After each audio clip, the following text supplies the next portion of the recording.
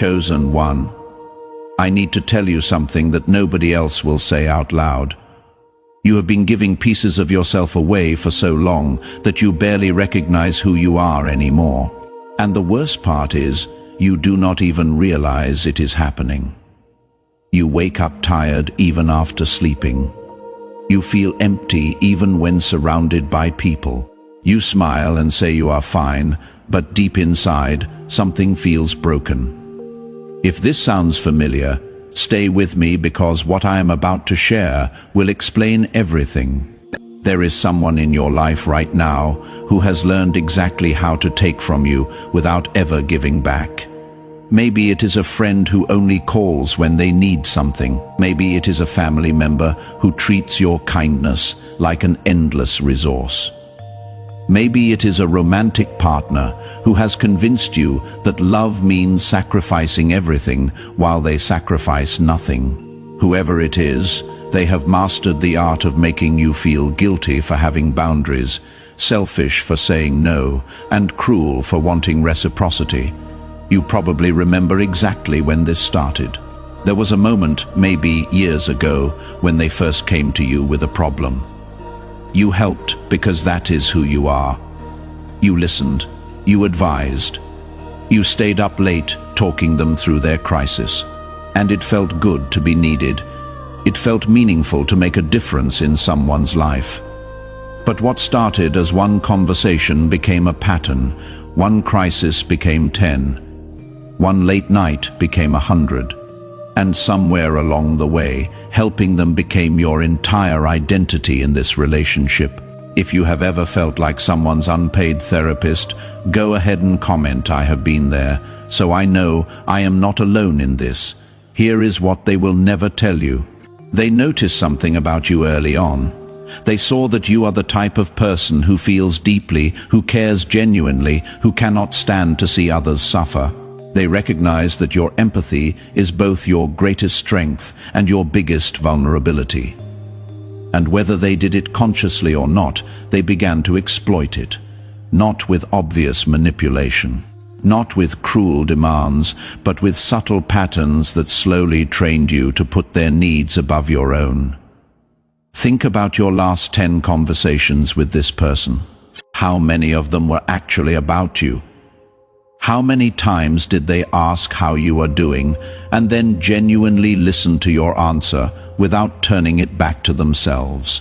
How many times have you started to share something important only to watch their eyes glaze over, waiting for you to finish so they can talk about their situation again? You have convinced yourself that this is normal. You tell yourself that some people are just more needy, that some relationships require more effort, that real friends show up even when it is hard. And you are right about that last part.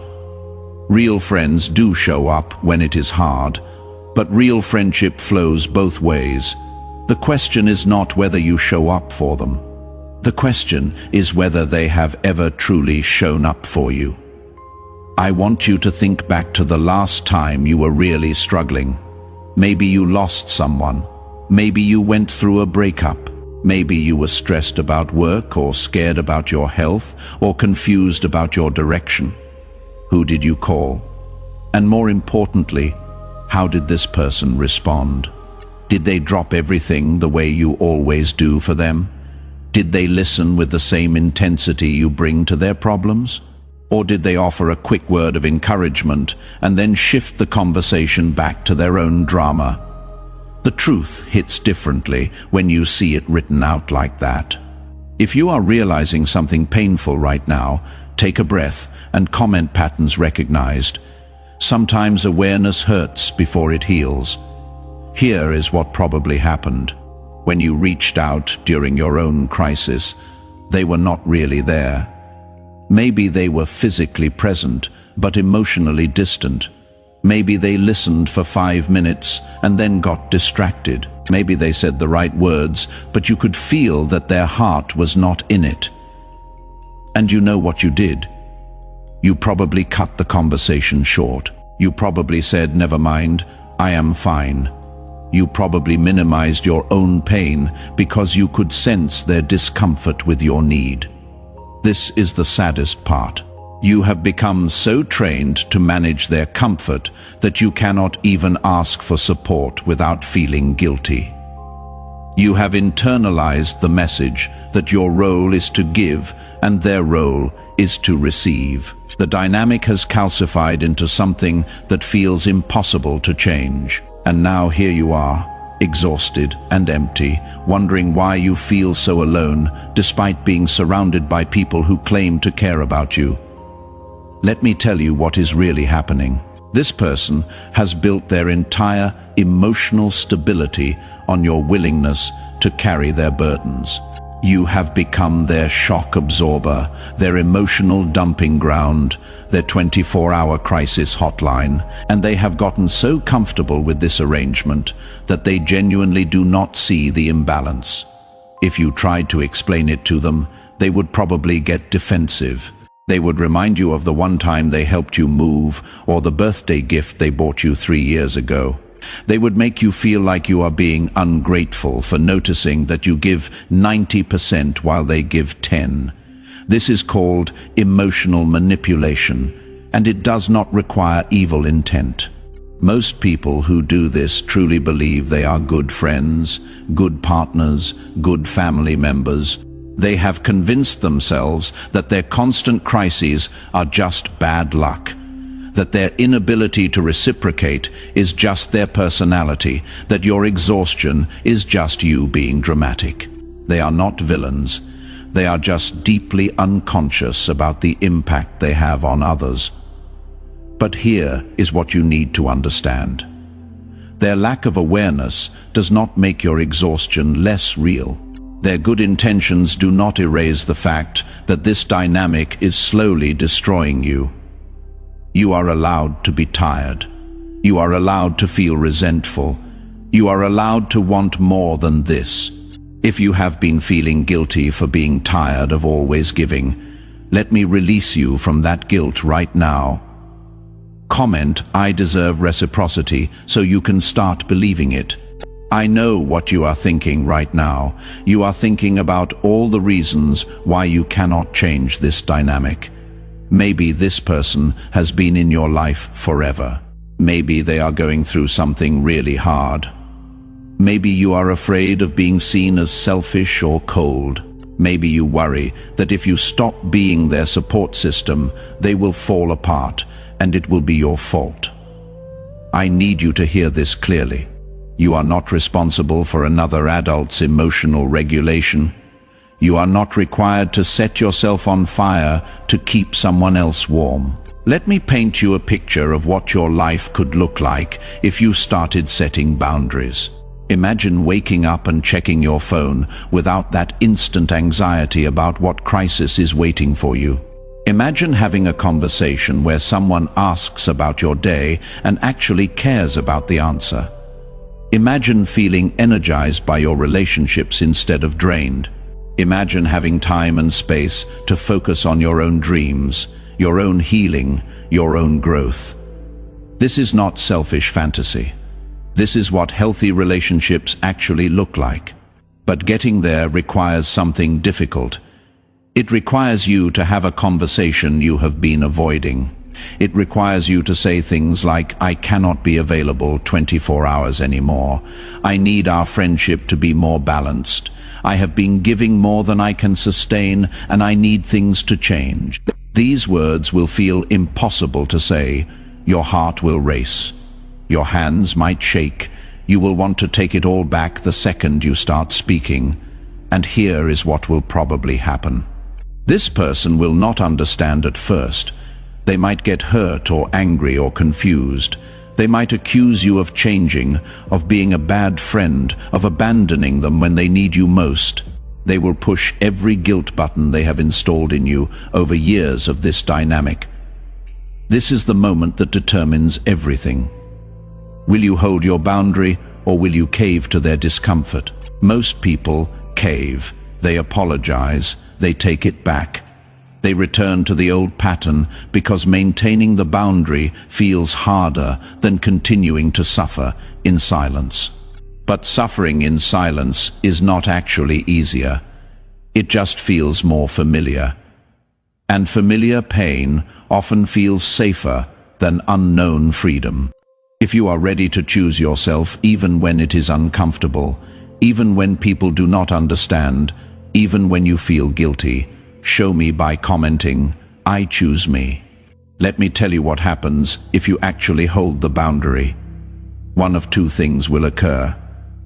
Either this person will step up and start showing up differently, or they will fade away. Both outcomes will hurt. If they step up, you will grieve all the years you wasted in an imbalanced dynamic. You will feel angry that it took a boundary for them to treat you with basic respect. If they fade away, you will grieve the relationship you thought you had, even though it was never really what you believed it was. But here is the beautiful part that comes after the grief space. Clarity, energy. You will start to notice how much lighter you feel. You will realize how much mental space they were occupying. You will discover interests you forgot you had because you were too busy managing someone else's emotional chaos. You will start sleeping better. You will start smiling and actually meaning it. You will start building relationships with people who understand that caring is a two-way street. I want to be very honest with you about something. Some people in your life are only there for what you can provide. Remove the service, and they remove themselves. This truth is painful but liberating. Would you rather spend your life exhausting yourself to maintain relationships that only exist because of your labor? Or would you rather create space for connections that feel easy, mutual, and genuinely nourishing? You might be thinking that if you stop being useful, you will end up alone. This fear runs deep, especially if you learned early in life that being helpful was how you earned love. Maybe you grew up in a family where affection was conditional. Maybe you were praised for being the responsible one, the mature one, the one who took care of everyone else. Maybe you learned that your value was tied to your usefulness. If this is your story, I see you, and I need you to hear this. Your worth is not determined by how much you can do for others. You are valuable simply because you exist. Your presence matters. Your feelings matter. Your needs matter. You do not have to earn the right to take up space in your own life. You do not have to prove your worth through endless service. You are allowed to rest. You are allowed to receive. You are allowed to be cared for with the same tenderness you show others. But nobody can care for you if you never let them see that you need care. You have become so good at appearing strong that people assume you are fine. You have perfected the art of smiling through pain. You have mastered the skill of supporting others while hiding your own struggles. And now you are trapped in a pattern where people only see the capable version of you, never the human who is breaking underneath. What would happen if you let someone see the real you? Not the helper, not the fixer, not the strong one who has it all together, but the person who is tired and scared and unsure, the person who needs support just as much as anyone else. What would happen if you said, "I am not okay," and actually meant it instead of following it up with, "But I will be fine"? If the idea of being vulnerable terrifies you because you are afraid nobody will show up, that fear is telling you something important. It is showing you that you do not actually trust the people in your life to care for you the way you care for them. And maybe that is because, deep down, you already know they would not.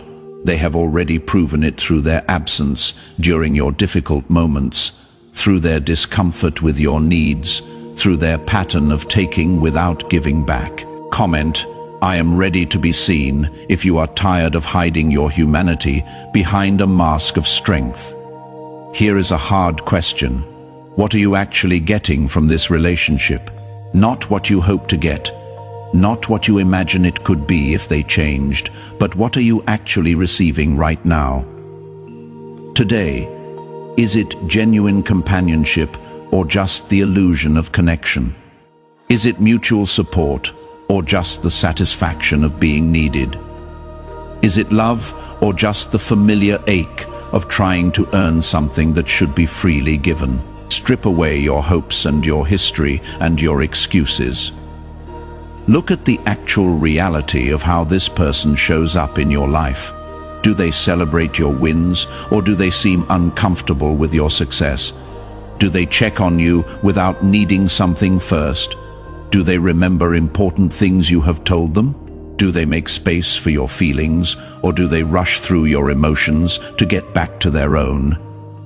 The answers to these questions reveal the truth you have been avoiding. You cannot love someone into treating you better. You cannot give enough to make them finally reciprocate. You cannot exhaust yourself into earning the care you deserve. This is not a math problem where the right amount of sacrifice equals the relationship you want. This is a fundamental incompatibility between what you need and what they are willing to provide. And no amount of trying harder on your part will change that. Some people are simply not capable of the depth of relationship you desire. Not because they are evil, not because they do not care at all, but because they are limited by their own wounds, their own selfishness, their own inability to see beyond their own needs.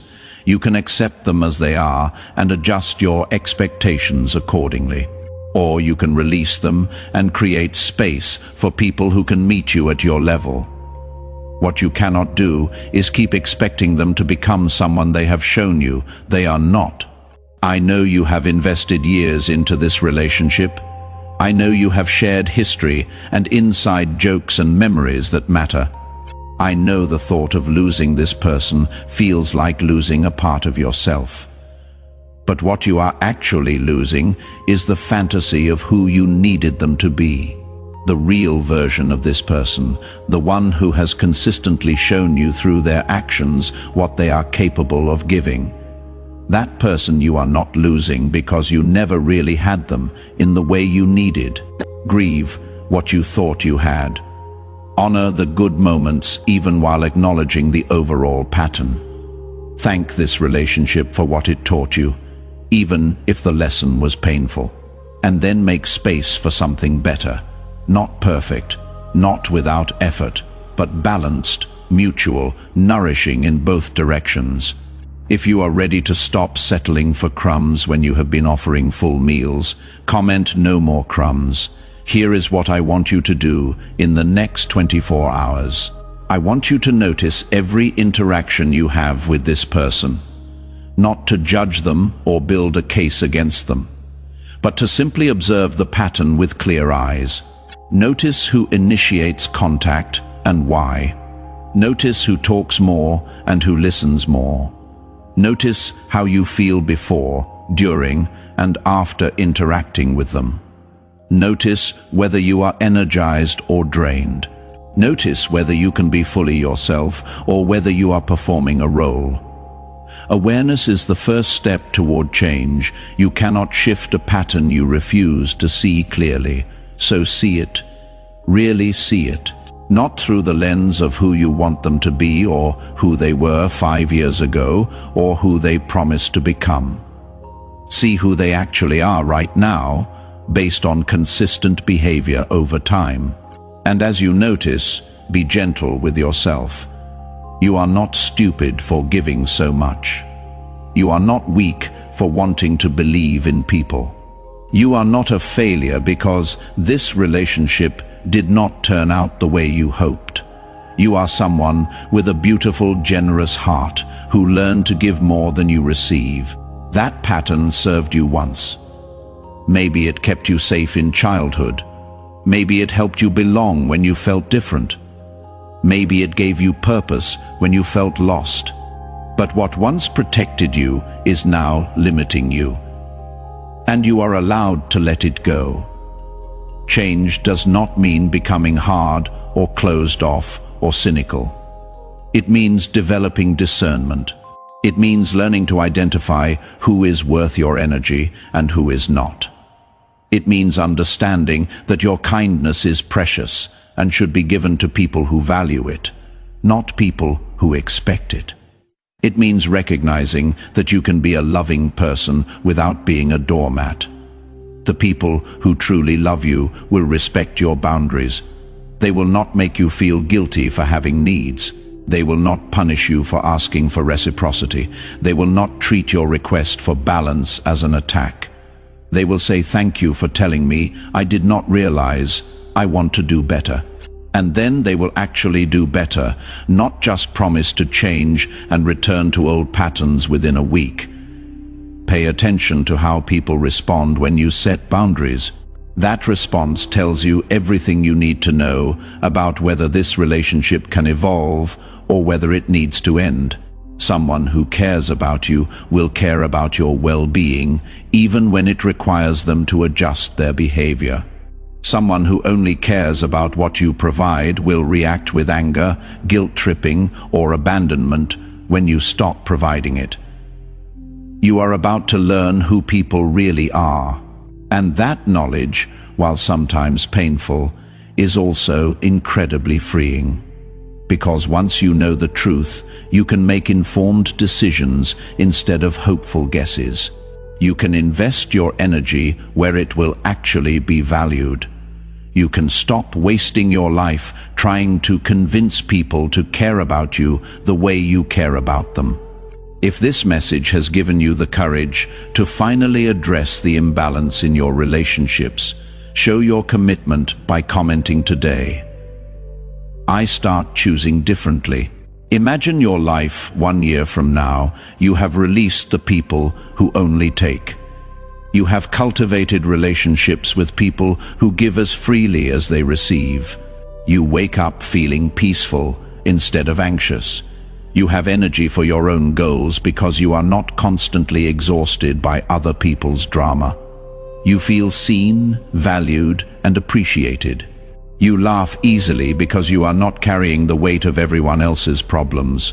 You sleep deeply because your nervous system is not constantly activated by relationships that feel unsafe. This version of your life is possible, but it requires you to take action. It requires difficult conversations. It requires holding boundaries even when people push back. It requires choosing your own peace over other people's comfort. It requires believing that you deserve better. It requires faith that there are people out there who will love you without draining you, who will support you without keeping score. Those people exist, but they cannot enter your life while it is crowded with people who take up all your space with their needs. You have to make room. You have to clear out what does not serve you. You have to release what is familiar but toxic in order to receive what is new but healthy. This is scary. Change is always scary. But staying in pain because it is familiar is scarier. You have spent so much of your life being strong for everyone else. It is time to be strong for yourself. It is time to protect your energy with the same fierce devotion you have given to protecting everyone else's feelings. It is time to choose yourself, not from a place of anger or revenge, but from a deep knowing that you matter just as much as the people you have been sacrificing yourself for. Your needs are valid, your feelings are important, your boundaries are necessary, and anyone who makes you feel otherwise does not deserve access to your beautiful, generous heart. Save that heart for people who will treasure it, nurture it, and give back to it instead of constantly taking from it. The road ahead will not always be easy. Some days you will doubt yourself. Some days you will want to return to old patterns because they feel comfortable even though they hurt. Some days you will feel guilty for prioritizing yourself. That is normal. Healing is not linear. Growth is messy. But every step you take toward honoring yourself is a step worth taking, even when it feels hard, even when people do not understand, even when you are scared. Let me share something that might help you through the difficult moments ahead. You are going to have days where you question whether you made the right choice. You will see this person post something on social media and wonder if you were too harsh. You will hear they are struggling and feel guilty for not being there. This is normal. This is part of the process. Do not let these moments of doubt pull you back into a pattern that was slowly destroying you. When those doubts come, go back and read the messages between you and this person. Look at the patterns with objective eyes. Notice how many times you initiated. Notice how your problems get 3-word responses while theirs get paragraphs of support from you. The evidence is there. The pattern is clear. Your feelings are valid. Also, pay attention to what happens after you create distance. Does this person reach out to genuinely understand what went wrong? Do they take responsibility, or do they make it about them? Do they play the victim? The way someone responds when you set a boundary tells you whether they cared about you or just about what you provided. If someone truly values you, they will fight to understand and repair the relationship. They will sit in discomfort and have hard conversations. But if someone only valued what you did for them, they will disappear the moment you stop doing it. And as painful as that might feel, it confirms you made the right choice. Comment, I trust my decision, if you need the reminder that you are not wrong for choosing yourself. I also want to talk about something nobody prepares you for, the loneliness that comes before liberation. When you start setting boundaries, there is often a period where your life feels very quiet. The phone stops ringing as much, your calendar empties out. And this can be terrifying if you equate aloneness with worthlessness. But that quietness is not emptiness. It is space. It is the clearing that must happen before new growth can occur. Right now might feel lonely because you are used to being surrounded by people who needed you. But needed is not the same as valued. The chaos felt like companionship because it was familiar. But it was exhaustion disguised as relationship. Real connection feels different. It feels light instead of heavy. It feels mutual instead of one-sided. And you cannot experience that kind of connection until you make room for it by releasing what is taking up all your space and energy. I know it is hard to believe right now, but the people who will truly love you are out there. Someone who understands loyalty, who values depth, who shows up consistently. But those people cannot find you while you are buried under relationships that do not serve you. You have to clear the path. You have to create space in your life and your heart for something better to arrive. This waiting period is not wasted time. Use it to rediscover who you are outside of your role as helper and fixer. What do you actually enjoy when nobody needs you? What brings you peace? What dreams have you put on hold? This is your chance to find out. Start small, take yourself to lunch.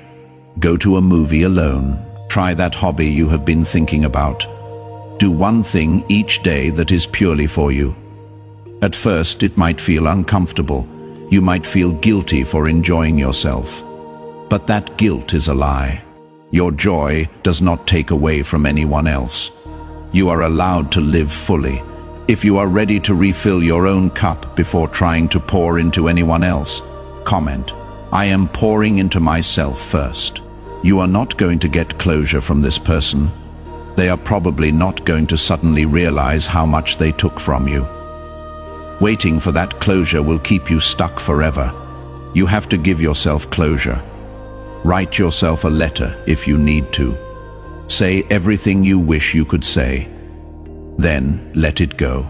As you move forward, you are going to encounter other people who try to take advantage of your giving nature. But now you have wisdom that you did not have before. Now you can recognize the red flags earlier. Now you know what reciprocity looks like. Now you can set boundaries before you are depleted.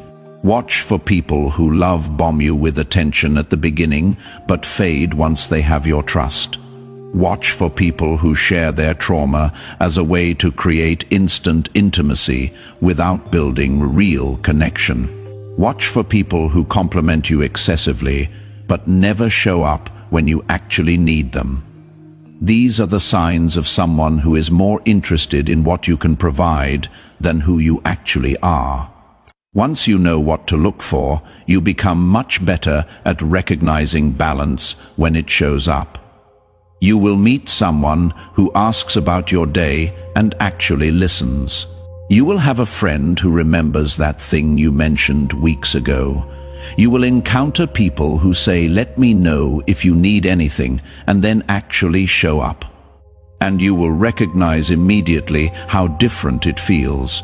That difference is what you have been missing. That difference is what you deserve. Hold out for that. Do not lower your standards because you are lonely. Do not accept crumbs because you are scared of being alone. Do not return to dysfunction because change is uncomfortable. You have already done the hard part. You recognized the pattern, you made the decision to prioritize yourself. Everything from here is follow through, and yes, it is difficult, but it gets easier each day. Each day you choose yourself, you build momentum. Each day you honor your boundaries, you strengthen your self-respect. Comment, "My life is worth protecting," if you are ready to defend your peace as fiercely as you once defended everyone else. 1 year from now, you are going to look back on this as the turning point. You are going to see how everything changed when you finally decided you mattered. You are going to be grateful for the courage it took to walk away from what was comfortable but toxic. You are going to understand that letting go of the wrong people was how you made room for the right ones. That future version of you is proud of who you are becoming right now. That version wants you to keep going, to stay strong, to trust the process even when it hurts. You are exactly where you need to be, and everything is unfolding in perfect timing. So keep going. Keep choosing yourself. Keep honoring your worth. Keep building the life you deserve. Keep believing that better is possible because it is, and you are going to experience it. Not someday far in the future, but soon, because every choice you make right now is bringing that better life closer to reality. You are not alone in this journey. So many people are walking this same path, learning to value themselves enough to demand reciprocity, learning to release relationships that no longer serve them, learning to build lives that feel peaceful instead of chaotic. You are part of a quiet revolution of people who are choosing themselves after years of choosing everyone else. That is beautiful. That is brave. That is exactly what you deserve.